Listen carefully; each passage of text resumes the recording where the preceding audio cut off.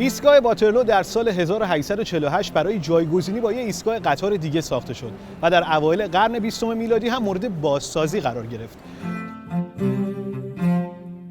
پله‌های اصلی ورودی به ایستگاه واترلو معروف به طاق پیروزیه و توسط جی.آر. اسکات به عنوان یک یادبود جنگ برای کارکنان کشته شده راه آهن جنوب غربی لندن در طول جنگ جهانی اول طراحی شده.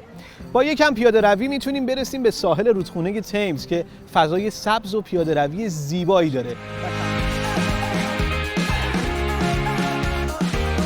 این منطقه مخصوصاً در شمال رودخانه در قرون وسطی محلی برای تفریحات غیر متعارف بوده، مثلا جنگ خونین خرسا و سگ‌ها که برای شرط بندی برگزار می شده.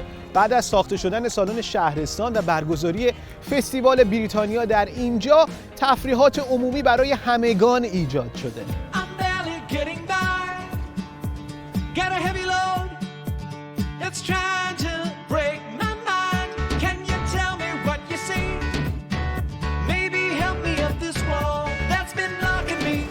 به این مسیر میگن مسیر پیاده روی ملکه و بناهای مهمی از جمله سالن فستیوال سلطنتی و سالن ملکه الیزابت و سالن تئاتر ملی سلطنتی در اینجا قرار داره.